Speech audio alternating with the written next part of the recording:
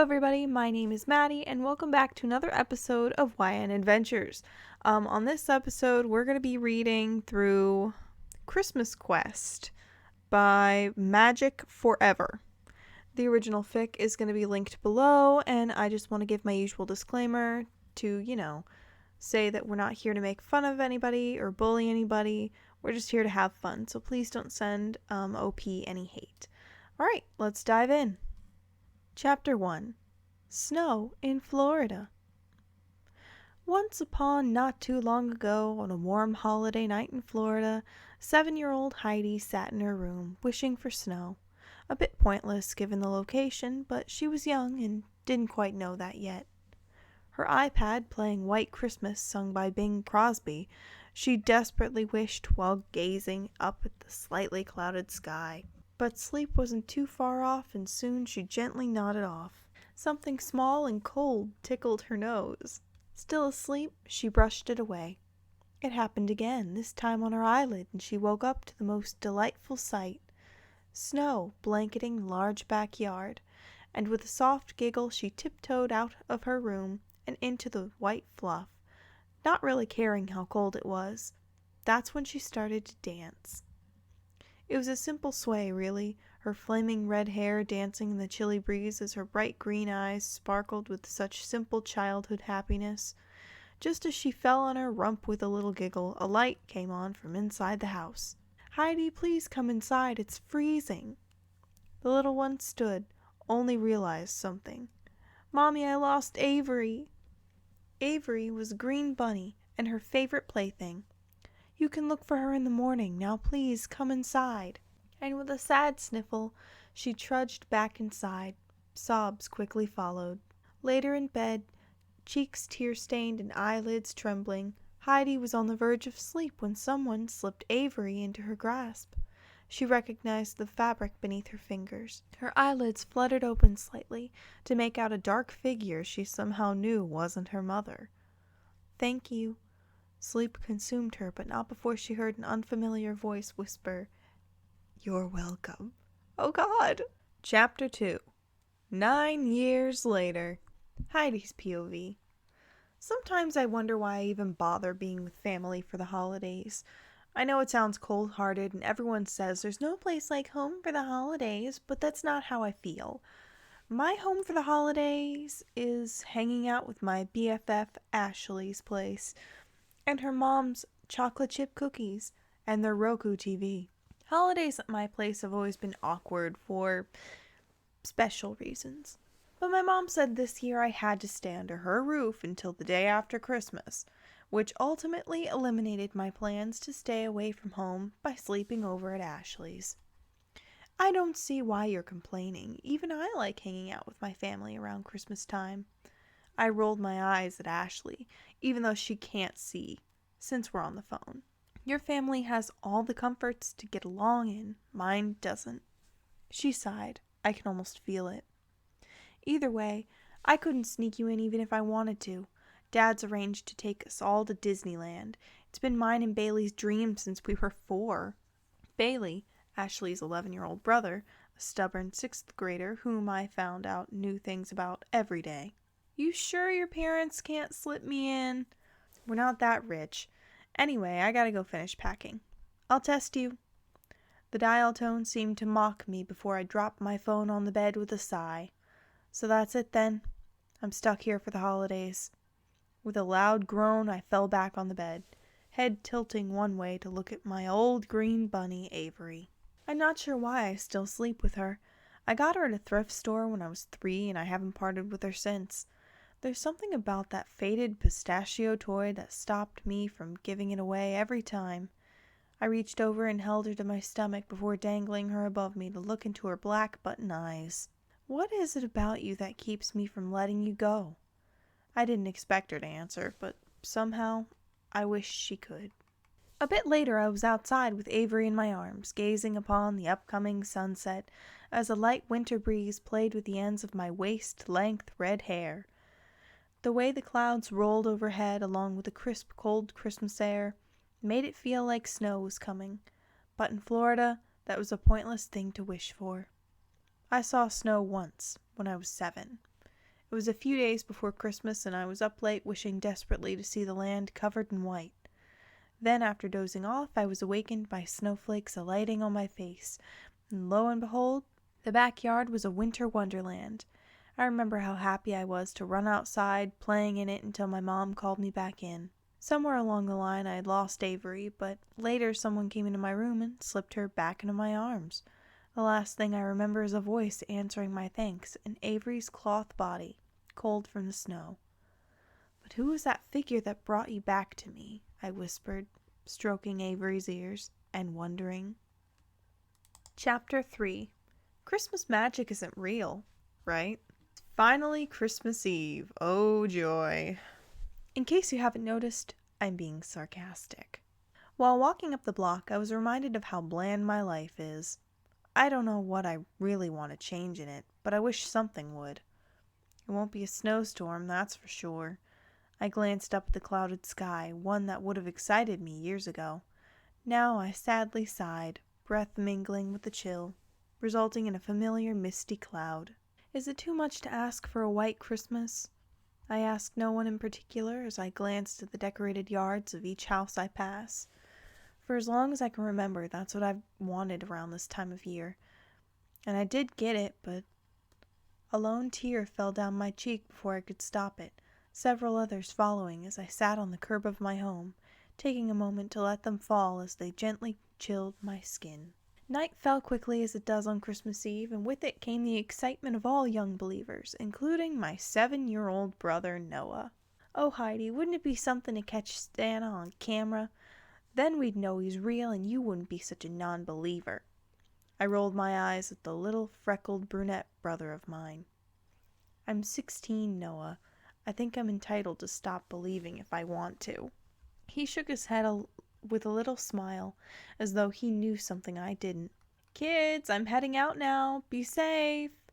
Noah and I both frowned at as the front door shut behind Mom. She was going out to a Christmas party with her friends and we can't come along. Come to think about it, that might be why I'm banned from going anywhere. Can I watch some Christmas movies? He asked. Knock yourself out. Even before I'm out of the living room, he was making a beeline for the DVD cabinet. After a nice warm shower, I slipped into my dark purple fleece pajamas with a golden crust moon on the front of the shirt and stars scattered across the pants. After brushing my hair and tying it up in a high bun for the night, I picked up Avery and sat in my window, gazing up at the half-cloudy, still star-speckled sky. It's like 9 years ago all over again. A single tear fell, enough to make me wish for what I knew I wouldn't come. What? I don't know when I fell asleep, but suddenly I was awake thanks to Noah jumping on my stomach. Heidi, wake up! Huh? What's going on? Santa's here! He'll be in the living room any second! Come quick before he's gone! It took 2 seconds for the statement to register, then I was out of the bed like the house was on fire. Santa? Shh, he'll hear you! He grabbed my hand and dragged me down the hall, stopping abruptly at the living room archway. I hesitated before peeking out above him. My jaw promptly hit the floor. It was Santa, just as you'd seen him in old Coca-Cola ads, all festive and merry-looking with a twinkle in his eyes as he opened his bright red sack. Being in his presence alone made me feel lighter than air, and I didn't need to look at Noah to know he was feeling the same. Casually, the holiday icon picked the brightly colored presents beneath the tree, seemingly separating them into different piles, before stopping as he revealed a particular one. It was a rather small box, possibly for jewelry, light blue and wrapped with a sparkly white ribbon, and just beneath its bow was a little white label with a single word written in scratchy-looking black handwriting. Heidi. I could have sworn my heart stopped. Santa shook his head. Apologies, dear sir, but I don't think she'll recognize what you've done for her. Before dropping it back in the sack and taking a cookie from the plate. The nerve. That present's rightfully yours, Noah hissed, snapping me back to reality. It doesn't matter. Come on, let's go back to bed. Yes, it does. And before I could stop him, he darted across the room as quick as a mouse and disappeared into Bag's red velvet depths. Noah! I stepped out to follow him, only to draw back when Santa turned around. When I peeked out again, his sack was on his shoulder and he was facing the fireplace. Before I could have second thoughts, I ran up and latched onto the bag, feet and all. The world disappeared in a sparkly rainbow swirl, and the next thing I knew, I was on the back of Santa's sleigh, exposed to the chilly winter night. He shouted something I didn't quite catch before we were airborne, me practically dangling off the back. For a while I couldn't move, completely frozen with fear, until I managed to loosen the drawstring, holding the sack shut, and found Noah's smiling face. "Hey sis, I think I found your present. Wait, are we flying?" My nod was fearfully frantic. His face went white.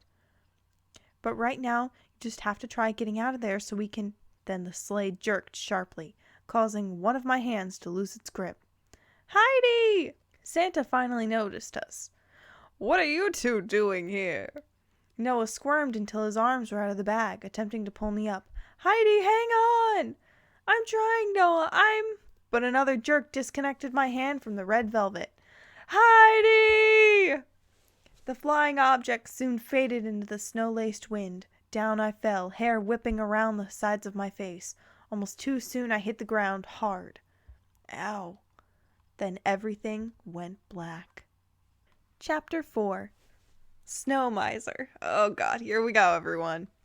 The first thing I noticed upon waking was the temperature. Blistering cold, colder than before. Slowly sitting up with chattering teeth, I took in my surroundings. I'm laying on a snowbank for a bed, in an icy tomb that closely resembled a bedroom. I shuffled to the door, arms tightly hugging my cold body as my teeth chattered, taking hold of the knob and slipping into the hall. It took me a moment to gain my footing. The floor was solid ice and smooth as glass. I sneezed, and it echoed all around me.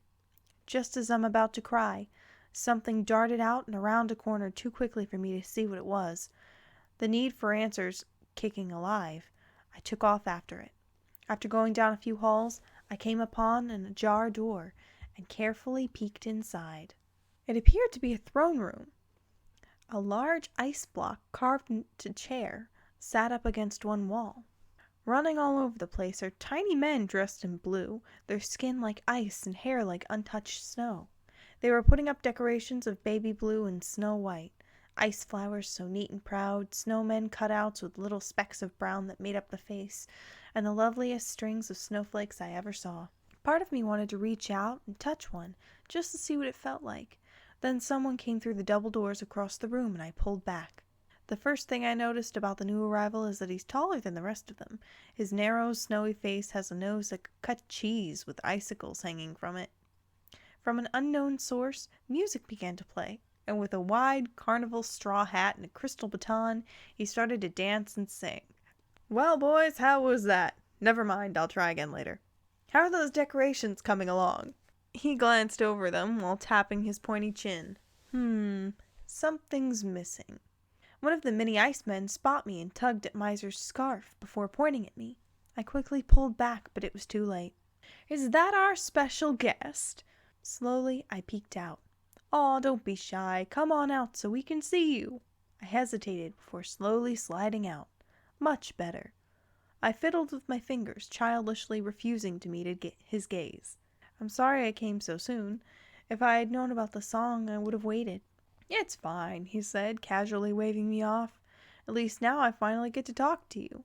In a few leaps, he was on the throne. It took a while for me to wobble over and stand before him. "You have questions, no doubt?" I nodded slightly. "How did I get here?" "My little workers were out collecting ice when they found you in a snowbank. I imagine you fell out of Santa's sleigh, but you lay in the snow long enough to shrink whatever bump you received." My hand almost instantly went to my scalp. "It's a little sore, but nothing serious." "Thank you." He leaned forward a little with his chin in one hand. "You're very polite, from what I hear. Girls like you usually aren't." "She's 16. I shrugged. "I'm one of a kind." "So I see," he replied with a lazy smile. I bashfully tucked a strand of hair behind my ear. Oh, God. No. A shy smile tugging at my lips. "And you have the most graceful nod, the slightest bob of your chin." I arched a skeptical brow. "That's a rather unusual compliment." As long as it's positive, can it really be that strange? Point taken. At that moment, a strong blast of icy wind rolled in, making my teeth chatter violently. Oh dear, you must be freezing. He clapped his hands twice. Fellas, bring in the fur.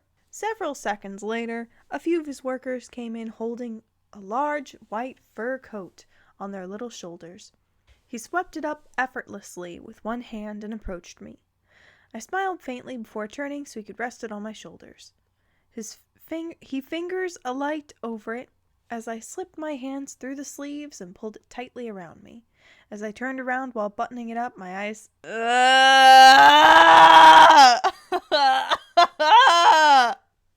As I turned around while buttoning it up, my eyes slowly slip into his line of vision, and he froze. Movements slowing, I raised my head and stiffened when our eyes met. Silence fell, in which the only thing I could hear was my pounding heart. You know that knot of yours wasn't the only thing that's lovely to look upon. My face went red as my hands clasped themselves in front of me. You don't really mean that. He slid a careful hand under my chin. I surprised myself by not pulling back as he ran his blue gloved finger just beneath my lower lip. No. Oh, but I do, my dear. I most definitely do. My face turned red in record time and I pulled back, only to stumble on the ice, which resulted in falling into him. One cheek pressed against his chest. He was absolutely freezing but smelled something like pine needles and scrambled eggs. I stood, using his arms for leverage while avoiding his eyes at all costs. But out the corner of my eyes, I can't help noticing his smile. So, my dear one, care for a tour of my humble abode? I giggled lightly. I've only been here a little while, and humble isn't the word I'd use to describe it. I nodded gently. I'd like that. He moves me so that I'm draped on his arm. I feel my cheeks flush anew as we start walking, him smiling at me all the way. It isn't until we exit the room when I finally return it. Chapter 5. Winter Wonderland.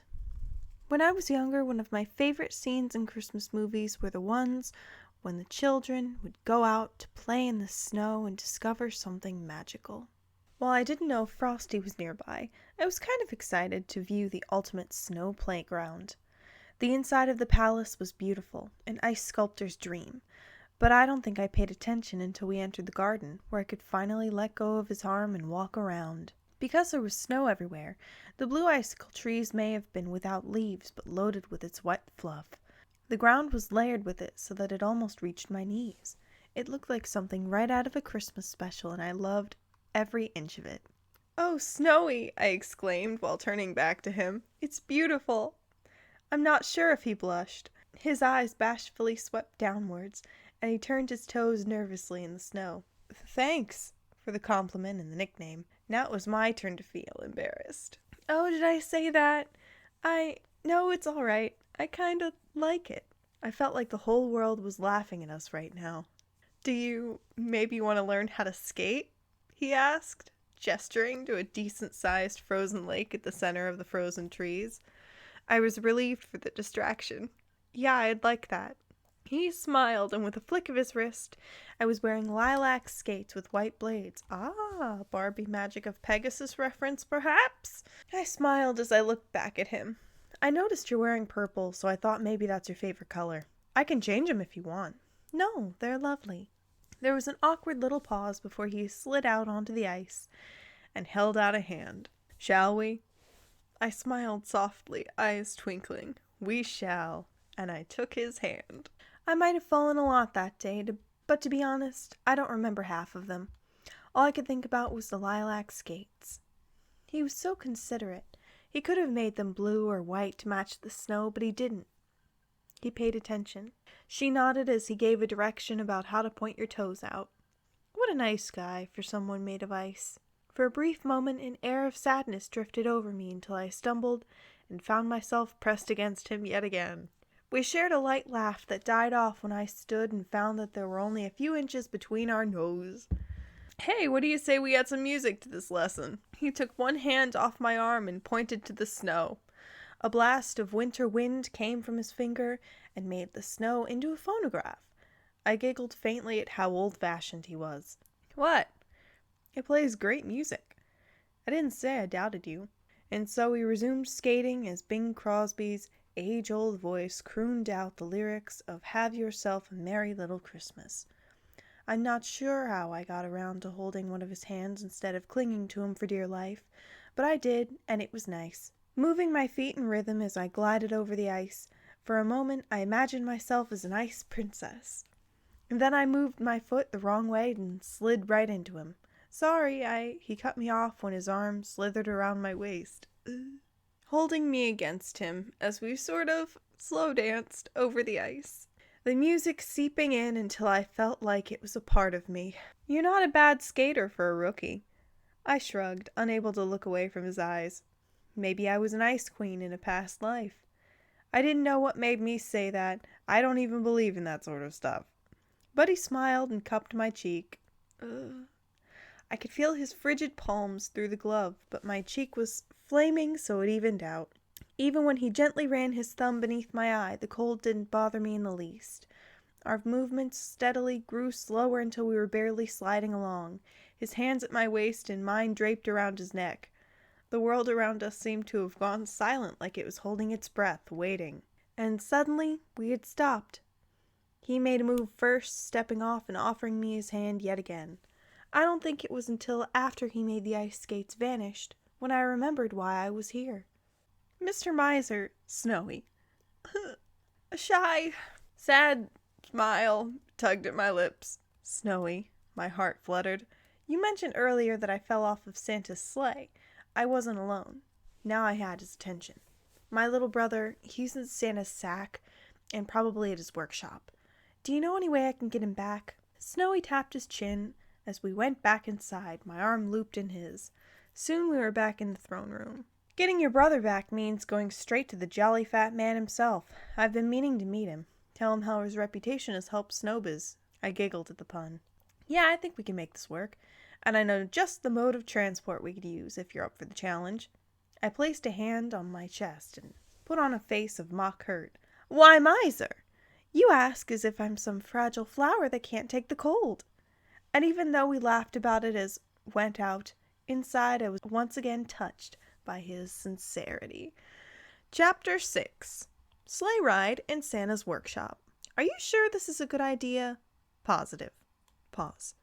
Well, mostly positive. I giggled under my breath. As it turned out, Snowy's idea for transportation was an ice sleigh that was nice enough to look at, but seemed on the edge of falling apart. It was smaller than a horse-drawn sleigh, but a bit bigger than a kid's one. I think it was a toboggan. Either way, it didn't look all that stable. Come on, where's your sense of adventure? He exclaimed, cheerfully hopping in. I looked at it for a moment longer, pulling my fur coat tighter around my shoulders. His face softened as he held out a hand to me. Nothing bad is going to happen to you as long as I'm here. I don't know about that one. I felt my heart skip a beat before I smiled, nodded, and took his hand. Less than a minute later, I was overjoyed I did. We were currently sliding down a long, snowy hill, laughing as I sat up front and held on to the strings, him behind me with his arms around my waist. There were a few trees here and there, all decorated for the holiday season, easy enough to dodge, but other than that, it was us and the snow. And it was great. Santa's workshop, dead ahead, he shouted, pointing over my head to a castle that was growing steadily closer. Just as we entered the backyard, we bumped over a decent-sized hill, flew off, and rolled to a stop at the front step, laughing like two happy kids. I stood up first, brushing my arms off with a beaming smile. That was so much fun! Before turning to Snowy and holding out my hand. From a spot in the snow, he kind of gaped up at me for a moment. What? He gulped. Nothing. You just look very beautiful, with the flakes dusting your lashes and the red in your cheeks. I whipped around the other way, hands on my flaming cheeks as I heard him stand behind me. Shall we? I slowly turned back around to see his extended arm. I managed a weak smile before looping mine within it. His smile was kind of goofy as we went to the door. I hesitated before knocking. Less than a minute later, the door opened to reveal a plump-looking elf dressed in red with brown curly hair under his cap. "Yes? What can I do for you?" I smiled politely. "Hello. My little brother Noah stowed away in Santa's sack, and I was wondering—" "A stowaway? In Santa's sack?" the elf exclaimed. My, that is unusual. Please, come in." And upon opening the door wider, he ushered inside. The foyer was nicely decorated and smelt of fresh gingerbread. "Mrs. Claus, we have a situation," shouted the elf. Startled, I jumped and found myself pressed to Snowy's side. He laughed faintly. "Not a delicate flower, eh, my dear?" I stood upright as he tapped his chin. I just realized I never got your name." My eyes went wide. "Oh yeah, it's Heidi!" My head snapped up to see Mrs. Claus come into the room. Smiling, I left his side and came up to the woman with a hand extended. She surprised me with a hug before holding my shoulders and looking at me. "Heidi, my dear, how you've grown these past few years." It didn't surprise me that she knew my name. Santa knows all the kids in the world, so she probably did too. As soon as my husband realized he had a stowaway, he came back to the workshop so quick I thought his jacket was on fire. He dropped your brother off with me and then raced back out to find you. Said you had fallen off the sleigh and he wasn't sure where you were. But you seem to be just fine. Where's Noah? Poor boy was freezing up here, so I took him down to Mother Nature until Santa came back with you and took you both home. How far is Mother Nature's place? Before she could reply, Snowy spoke. Heidi? Heidi Crane? I looked back to see him frozen like a deer in the headlights. If it wasn't for the fact he was already made of snow, I might have said he paled.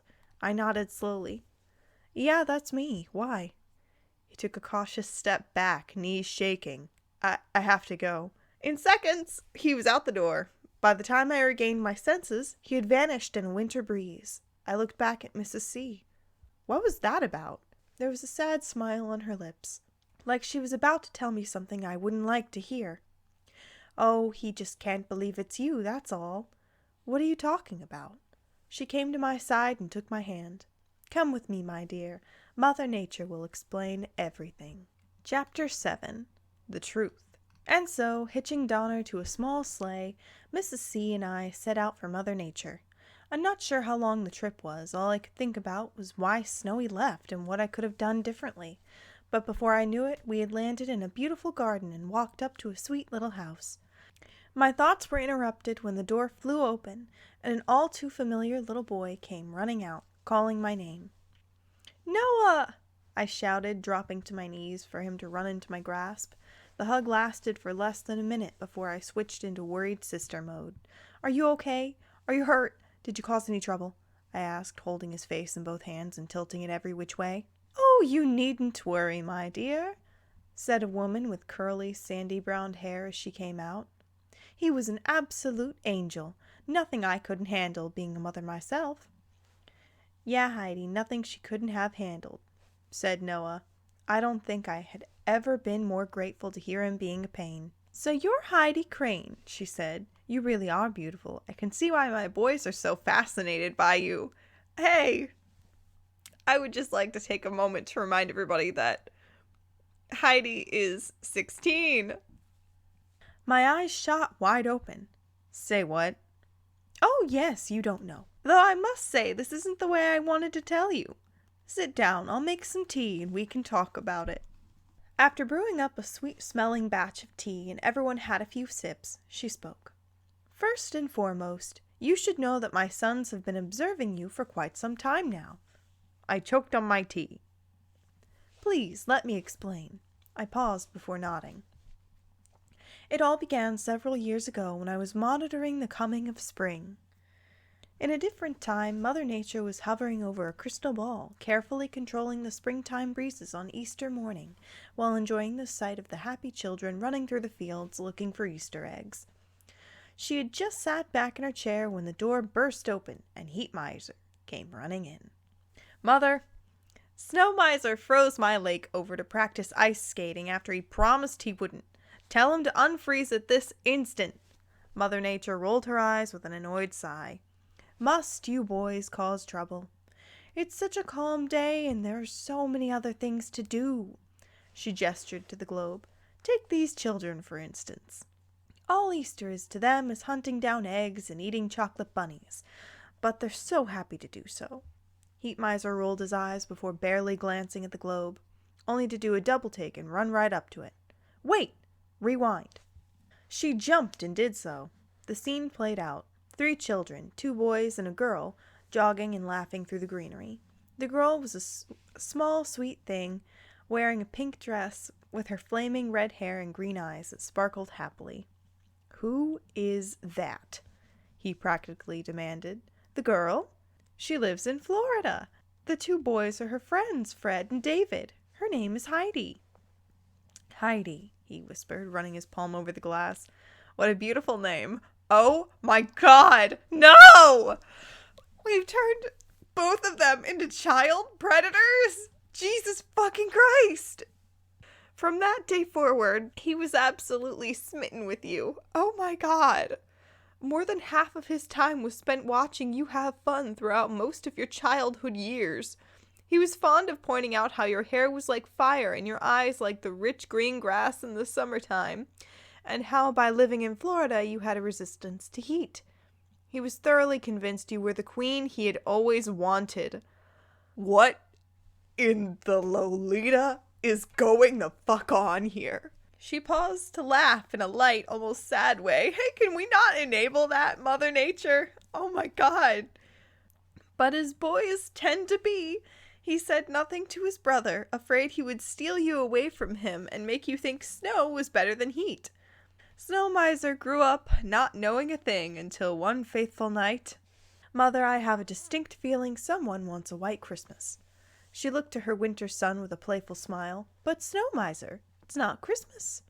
Nevertheless, someone wants snow, and I'm going to find out who. Before he flew out the door, as soon as he left, she turned on her crystal ball and watched what happened. For his hideout in the white clouds that blanketed the sky, Snowmiser floated over Florida and carefully followed the cry of help. Finally, he stopped above a house where he saw a young girl with flaming red hair and green eyes, staring mournfully up at the sky, her iPad playing White Christmas by Bing Crosby. She didn't have to say she wanted snow. It was as plain as the nose on her face. Quietly, Snowmiser waited until she nodded off before working his magic. A short while later, the girl awoke to snow covering her backyard. Snow smiled at her happy squeal before dropping to the ground, invisible to the eye. As she ran out and began to play, barely a while passed before she began to dance, swaying and sighing with such happiness, he felt his cold heart start to hammer. What the fuck? As she danced, something flew out of her hand and landed at his feet in the shadows of a large bush. He reached down and picked up a light green bunny with floppy ears and 2 shiny black eyes. Mommy, I lost Avery. You can look for her in the morning. Now please, come inside. The little girl sniffled before going back into the house. Snowmiser waited for a little while before becoming a winter wind and blowing inside, rematerializing beside her bed. She was asleep, fresh tear stains on her cheeks. He smiled gently before slipping the bunny back into her grasp. Upon hearing her stir, he jumped and looked back, only to shag with relief when he saw her eyes were open only a slit, half awake. Thank you, she whispered. He froze, then hesitated before whispering, You're welcome. As she slipped back off to sleep, he raised a hand as if to stroke her brow, but thought better of it and blew out the window. Oh my God, this is fucking scary, actually. This is fucking scary. Heat Miser and Snow Miser, more like a couple of Humberts over here. Good fucking God. Everyone was looking at me, and why not? I must have looked a sight. My jaw had dropped, and I could feel my eyes widen to the point where I was pretty sure you could see the whites all the way around. My throat as dry as a whistle. It took me forever to speak. I remember that night, the one time I saw snow in Florida, when someone found Avery for me.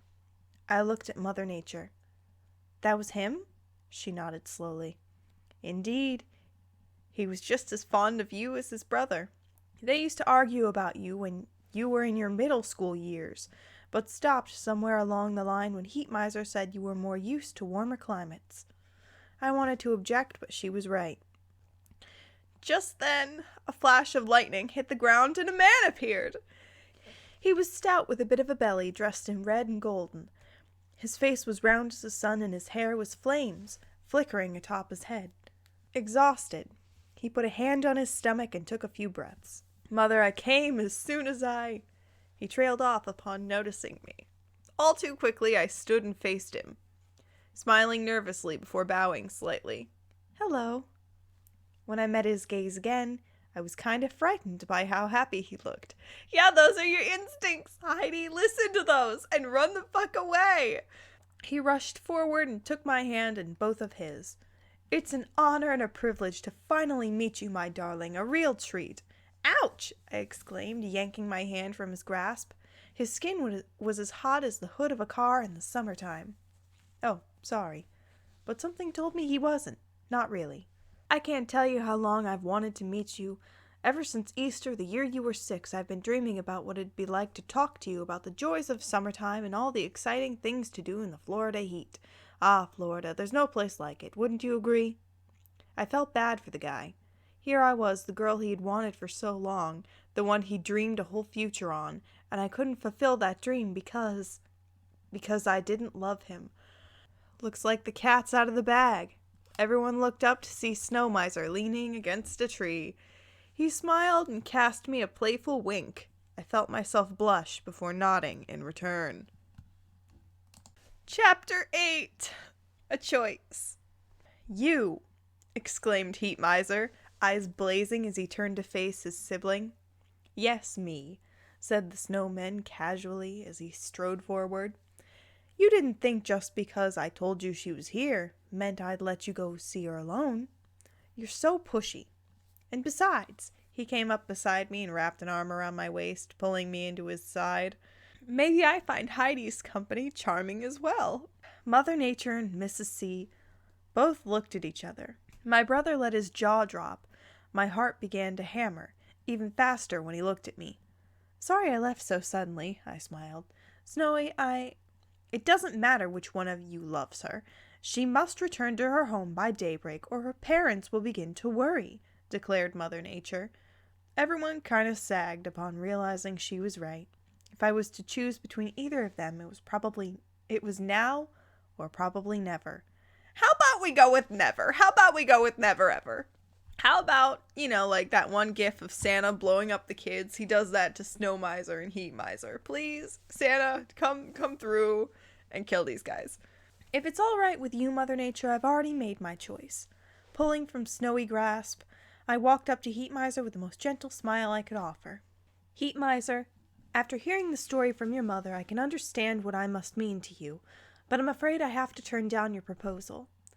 And you can be as mad as you want with me, but I chose Snowy. He's so considerate, and... I didn't get another word out because that's when Snowy swept me up in his chilly embrace, smiling and laughing while boasting to his brother. I didn't stop him. I probably would have gloated too. He stopped spinning and turned me back around so we were facing each other. Oh, Heidi, please forgive me for running away like a coward. I smiled sweetly and barely nodded, gazing at him in a whole new light. It was you, wasn't it? The one that brought Avery back to me? He nodded slowly. I placed one hand on his cheek and he almost instantly tilted into it. You seem really attached to that bunny. I hope you haven't given her away. I don't think I ever will now. Well, now I know I can't complain. We both looked at Heatmiser, who hesitated before nodding. I wish you both the best. He turned away. Heatmiser? I called out. He looked back and I smiled. Florida is a wonderful place. He paused before smiling and disappearing in a cloud of heated air. So I found my brother in a love I never knew I wanted. He fucking called dibs. They tried to call dibs on a child. That's not love. But the joy was short-lived because Mother Nature was right. I couldn't stay here. And it was high time my brother and I got back home. With a few hours to spare before Santa came to take us both back home, Snowy and I took a stroll around the North Pole. I wish I didn't have to go, I childishly whined. Snowy smiled sadly. Me too, Heidi, me too. A sudden realization made me stop walking. He stopped 2 feet ahead and looked back at me. "What is it?" I took a shaky breath. "Snowy?" "Yes?" I finally met his eyes, my own glossy, with upcoming tears. "I'm probably never going to see you again, am I?" It seemed like forever before he spoke. "You want the honest answer or the one that'll make you feel good?" I broke down crying. Body racked with sobs and face in my hands. I felt his arms carefully wrap around me and pull me into his embrace. It was nowhere near warm or soft, but my arms wrapped around him and my face buried itself in his chest. When my sobs finally slowed, he took my face in his hands so our eyes met, his thumb thoughtfully stroking my tears away. "I don't like the idea as much as you do, but we both know why we have to do this. You have a home to go back to, a brother who looks up to you." He paused to sniffle, and I realized he was crying. "I love you, I truly do. And I believe that someday, somewhere along the line, we'll meet again, and then there'll be nothing to stop us from being together. There's always tomorrow." I don't think I was really listening until he said those last 3 words. They went in and awoke an all too familiar melody. Before I could take time to reconsider, I started to sing. "Better?" he asked. I laughed while wiping a lone tear from my eye. Much. And we gazed into each other's eyes and gently smiled. "Heidi!" We both looked to see Noah come charging out. "Santa's here and ready to take us home." My heart sank. This was it. The final frontier. Chapter 9. Just believe in Santa Claus. I guess after everything that happened, I shouldn't have been all that surprised by the idea of meeting Santa. But tonight had been anything but predictable and helped me so much to reconnect with my inner child. Meeting Santa was the icing on the believing child cake. That and Noah was eager enough for the both of us. "Santa!" I laughed as the poor guy was almost knocked down by my brother's bear hug. He laughed just the way I thought he would and patted him on the head. "Hello again, Noah." He looked up and met my gaze with a smile. "And you must be Heidi. A pleasure to meet you at last." I went for a handshake, but he surprised me with a hug. He smelled like cookies and pure happiness. "So are you two ready to head back home?" "Yeah," said my brother and I in unison. Only he said with a gleeful shout, whereas I mumbled it under my breath, head tilting to Snowmiser but my eyes to the ground. Time seemed to slow dramatically. Noah got in the sleigh and I ran back into snowy grasp for what would probably be the last time. We'll always have the North Pole and Christmas time.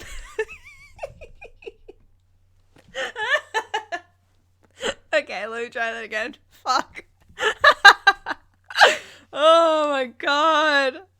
I'm crying. This is so tough to act out. Christ. We'll always have the North Pole and Christmas time, no matter what Mother says. You'll always be my dream girl. It wasn't the best idea since he was made of ice, but I kissed him, and he kissed me back. The kiss itself seemed to last forever. It wasn't until after we parted that I felt what I imagine is the type of burn you get from dry ice, but it didn't feel too severe, so I guess I was okay. "I love you, Heidi Crane," he whispered into my ear. My eyes popped open, then filled with tears as I hugged him tightly. "I love you too, Snowmiser."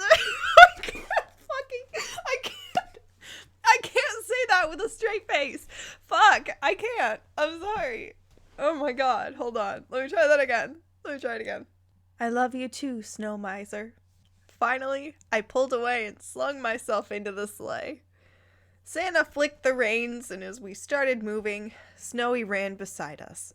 As corny as it sounds, our hands met for a long moment before the sleigh took to the air and our fingers were separated. I watched him in the workshop until we slipped above a snowy cloud and it all disappeared. I wouldn't have moved from that position if it wasn't for Santa calling me up to sit with him and Noah up front. "Why do you think you came on this adventure, Heidi? What have you learned?" I thought about. "That like magic, love is everywhere as long as you believe in it." I frowned before looking out at the starry sky. I haven't been doing much believing these past few years. I realize that now. "And plan to do better?" I looked back at the jolly fat man and matched his smile with my own. Definitely, he nodded. That's good to hear. That's when he began to sing. I sat and listened to the lyrics, gazing out upon the Christmas night sky while thinking back to all that happened, meeting Snowy, learning how to skate, learning about my greatest admirer. Through the good and the bad, it had amounted to the best Christmas ever.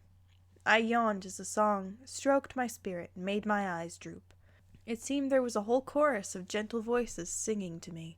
My head nodded and tilted onto Santa's shoulder, eyelids fluttering and conscious barley drifting out as the last line caressed my ears. Before I finally nodded off, a happy tear falling from each eye and a smile gently tugging at my lips. Chapter 10. Christmas morning. Heidi, Heidi, wake up! It's Christmas! At first, I didn't move when I heard Noah yelling. Then my whole body jerked at the sound of the door slamming open, my eyes slowly opening as his footsteps faded away. I sat up in bed and rubbed my eyes, glancing out the window to the bright greenery and cloudy sky, remembering all that had happened. But did it really? I whispered aloud. It feels real. But then again, that's how all dreams feel after waking from them. My footsteps were sluggish as I made my way to the living room. Perhaps it was a dream after all, too good to be true. Merry Christmas, sis! I looked to Noah with a sad sort of smile. Merry Christmas, Noah. What did Santa bring you? A short while later, after all the gifts had been unwrapped and Mom was starting to throw away the wrapping paper, I was sitting by the window when Noah came up to me. Heidi, there's one more for you. I looked over, uninterested, then saw it was a small blue box with a white bow. I could swear my heart stopped beating. Well, silently I took it from his hands, held for a moment in my lap, my own palms shaking. It took 3 tries before I was finally able to undo the ribbon and open the box. I gasped faintly, fingertips brushing my parted lips. Inside was the most beautiful necklace I'd ever seen. The chain was silvery white and it had a single white snowflake hanging in the middle, twinkling in the morning light. I was about to put it on when I noticed a folded sheet of paper at the bottom of the box. Picking it up, I unfolded it and read the message within. Dear Heidi, by now you would have discovered who sent you that white Christmas all those years ago when you were young. I know the chances of us seeing each other again are 1 in a million, but I hope you come back someday soon and we can skate across the ice and have all the snowy fun we can. Don't forget the magic to be had on a snowy day. Forever yours, Snowy. I didn't know I was crying until the tears hit the paper, white as snow and cold to the touch, but I was smiling too, and felt so cheerful when I put the necklace on and gingerly touched the pendant. My feet seemed to move on their own accord as I slipped out into the front yard, arm wrapped tightly around Avery as I looked upon the cloudy sky and smiled slowly. I would never forget about you, Snowy. Never, never, never, I murmured. And as my words died down, a gentle winter breeze coasted my hair to sway, cooling my cheeks and coasting me to look to the white above, a beaming smile on my lips. The end. I'm dead inside. I'm dead inside. I've never had that much trouble voice acting one of these fics before, but I gotta tell ya, breaking up with the Heat Miser was a challenge. Oh my god. What the fuck? What is up with, like, the pedophilia mixed in with these fics? Why is that, like, I've recorded several of these, and that's, like, a reoccurring theme. Like, if YN and a canon character, an OC and a canon character are kids together and then they grow up and then they reunite later on, that's fine. If one of them is an adult and the other one is a child, that's weird. I don't like that. I don't like that. I do not like that at all. That was Christmas Quest. I hope you enjoyed this video and my suffering. If you did, please subscribe. It really helps me out and it helps out the channel.